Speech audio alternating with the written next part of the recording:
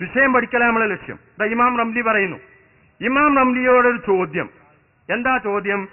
ചില ആളുകൾ ഇങ്ങനെ വിഷമഘട്ടങ്ങളിൽ ഒക്കെ യാ ശൈഖ് ഫുലാൻ, യാ റസൂലല്ലാഹ്, യാ ശൈഖ് മുഹിയുദ്ദീൻ ഇങ്ങനെയൊക്കെ ഇങ്ങനെ വിളിച്ച് കാവലിനെ തേടാറുണ്ട്. ഇങ്ങനെ തേടൽ അനുവദനീയമാണോ അല്ലേ? ഒരു ചോദ്യം. രണ്ടാമത് ചോദ്യം, അങ്ങനെ ചോദിച്ചാൽ അവർക്കതിന് സഹായിക്കാൻ കഴിയുമോ ഇല്ലേ? രണ്ടാമത്തെ ചോദ്യം. ഇങ്ങനെയുള്ള ചോദ്യത്തിന് മറുപടി പറയുമ്പോ ആ ചോദ്യത്തിന് അത് അനുവദനീയമാണ് എന്ന് പറഞ്ഞിട്ട് ഇമാം റംലി പറയുന്നു, വലിർ റുസുലി പ്രവാചകന്മാർ, വല്ലംബിയായി അംബിയാ മുർസലുകൾക്കും, വല്ലൗലിയായി ഔലിയാക്കൾക്കും, വസ്സാലിഹീന സജ്ജനങ്ങൾക്കും ഇഗാസത്തുൻ സഹായിക്കാൻ കഴിയും. ജീവിതകാലത്തെന്ന് മാത്രമല്ല ബഅദ മൗതിഹിം, അവർ മരണപ്പെട്ടു പോയതിന് ശേഷവും സഹായിക്കാൻ കഴിയും എന്നാണ് പറയുന്നത്. എന്താണ് ഈ ഹിജ്റ 10-ാം നൂറ്റാണ്ടിലെ മുജദ്ദിദ പറയുന്നത്? എന്താണ്? അമ്മൽ അംബിയാവു, അംബിയാക്കന്മാർ ഫലിയന്നഹും മഹ്യാഉൻ ഫീ ഖുബൂരിഹിം, അവരവരുടെ ഖബറുകളിൽ ജീവിച്ചിരിക്കുകയാണ്. യുസല്ലൂന, നിസ്കരിക്കുന്നുണ്ട്. ഇമാം ബുഖാരി ഉദ്ധരിച്ച ഹദീസിലുണ്ട്, റസൂലുള്ളാഹി പറയുന്നു, റഅയ്തു മൂസാ യുസല്ലി ഫിൽ ഖബർ, മൂസാ നബി ഖബറിൽ വെച്ച് നിസ്കരിക്കുന്നത് ഞാൻ കണ്ടു എന്ന് ഇമാം ബുഖാരി ഉദ്ധരിച്ച ഹദീസിലുണ്ട്.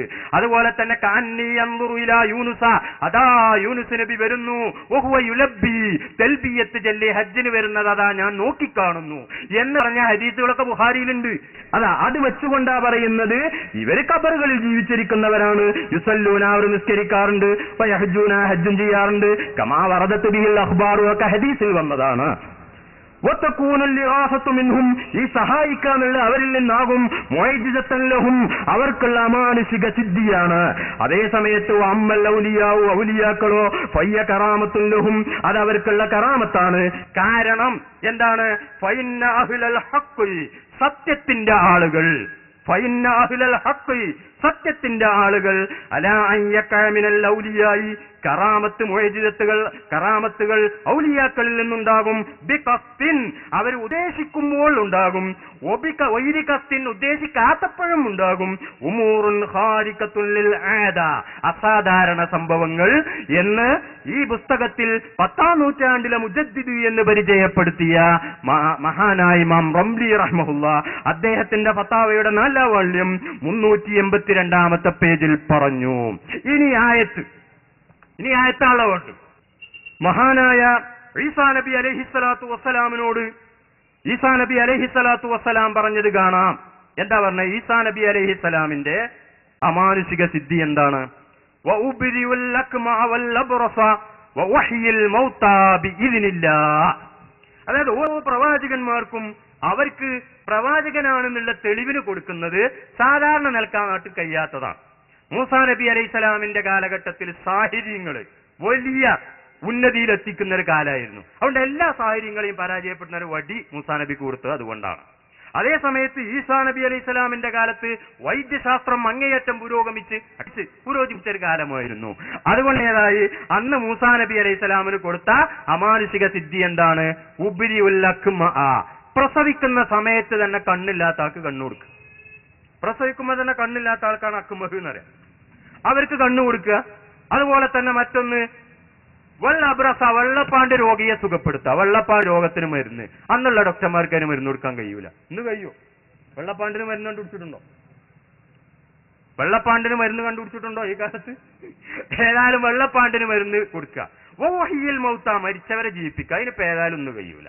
വഹ്യിൽ മൗത, ഇതൊക്കെ എങ്ങനെയാണ് ചെയ്യുന്നത്? എന്റെ സ്വന്തം കഴിവുകൊണ്ടല്ല, ബിഇദ്നില്ലാഹ്, അള്ളാഹുവിന്റെ സമ്മതപ്രകാരം, അള്ളാഹുവിന്റെ വേണ്ടുക പ്രകാരം, അള്ളാഹുവിന്റെ ഉദ്ദേശപ്രകാരം. ഇതിന് പറഞ്ഞതിന് സമ്മതം എന്ന് മാത്രമല്ല അർത്ഥം, ഖളാ വേണ്ടുക എന്നർത്ഥമുണ്ട്, അതുപോലെ തന്നെ ഉദ്ദേശം എന്നർത്ഥമുണ്ട്. എല്ലാ അർത്ഥം ഇവിടെ ഉദ്ദേശം. അപ്പോ അള്ളാഹുവിന്റെ സമ്മതപ്രകാരം മരിച്ചവരെ ഞാൻ ജീവിപ്പിക്കും. അതുപോലെ തന്നെ വെള്ളപ്പാണ്ട് രോഗിയെ ഞാൻ സുഖപ്പെടുത്തും. അതുപോലെ തന്നെ മറ്റു പ്രസവിക്കുന്ന സമയത്ത് കണ്ണില്ലാത്ത ആളുകൾക്ക് ഞാൻ കണ്ടുകൊടുക്കും. ഇങ്ങനെ ഈസാ നബി അലൈഹിസ്സലാം വാദിച്ച സമയത്ത് മഹാനായ ഇമാം റാസി റഹ്മഹുല്ലാഹ് അദ്ദേഹത്തിന്റെ തഫ്സീറിൽ വിവരിക്കുന്നു, ആളുകൾ പോയിട്ട് ഏതായി ഈസാ നബി അലൈഹിസ്സലാമിനോട് ആവശ്യപ്പെട്ടു. അതുപോലെ തന്നെ മറ്റൊരു സ്ഥലത്ത് പറഞ്ഞിട്ടുണ്ട്, ഒരു പക്ഷിനുണ്ടാക്കും.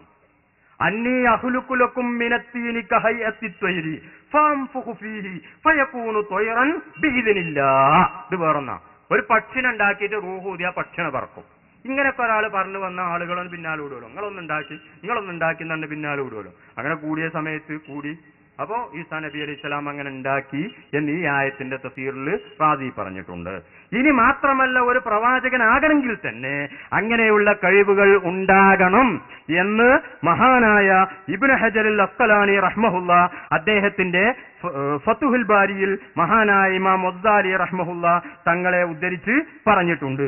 അദ്ദേഹം പറയുന്നു, പ്രവാചകന്മാർക്ക് ഒരു വിശേഷണമുണ്ട്, പ്രവാചകനാകാനുള്ള വിശേഷണമാണ്. ഉദാഹരണമായിട്ട് നമ്മളെപ്പോലെ ആയ പ്രവാചകനാകാൻ കഴിയൂല എന്നുള്ള കാര്യം ഉറപ്പാണ്. ഉദാഹരണമായിട്ട് ഞാൻ അത് വായിക്കുന്നതിന് മുമ്പ് ഒരു ഉദാഹരണം പറയാം. ഇപ്പൊ ജിബ്രീൽ അലൈഹി സ്വലാമിനെ കാണാൻ നമ്മളെ കണ്ടുകൊണ്ട് കഴിയൂല. ജിബ്രീലിന്റെ സംസാരം കേൾക്കാനും നമുക്ക് കഴിയില്ല. ജിബ്രീൽ വന്നാൽ നമ്മളെ കാണാൻ കഴിയുമോ? ഇവിടെ മലക്കുണ്ട് അറിയാം, നമ്മൾ നോക്കിയിട്ട് കാണുന്നില്ലല്ലോ. മലക്കിന്റെ ശബ്ദം കേൾക്കാനോ മലക്കുമായി സംസാരിക്കാനോ മലക്കുമായി ആശയവിനിമയം നടത്താനോ സാധാരണഗതിയിൽ ഒരു മനുഷ്യന് കഴിയില്ല. അതുകൊണ്ട് പിന്നെ ഏതാകണം? മലക്കിന്റെ പ്രകൃതിയൊന്ന് വേറെയാണ്, മനുഷ്യന്റെ പ്രകൃതിയൊന്ന് വേറെയാണ്. ആശയവിനിമയം നടക്കണമെങ്കിൽ പറയുന്ന ആളും പറയപ്പെടുന്ന ആളും തമ്മിൽ എന്തോ ഒരു ബന്ധം വേണം. ജിബ്രീൽ പറയുന്ന റസൂലിന് കേൾക്കാനും കഴിയൂല, മനസ്സിലാക്കാനും കഴിയൂലെങ്കിൽ പിന്നെ ആ ജിബ്രീലും റസൂലും വെച്ചൊരു കാര്യമല്ല. അതുകൊണ്ട് തന്നെ ഫതുഹുൽ ബാരിയിൽ ഇമാം ബുഖാരി കിതാബ് കൈഫ കാന ബദുഉൽ വഹി ഇലാ റസൂലില്ലാഹി സ്വല്ലല്ലാഹു അലൈഹി വസല്ലം എന്ന ഹെഡിങ്ങിൽ ഒരു ഹദീസ് കൊണ്ടുവന്നിട്ടുണ്ട്. തങ്ങൾക്ക് വഹി കിട്ടൽ എങ്ങനെയാണ്?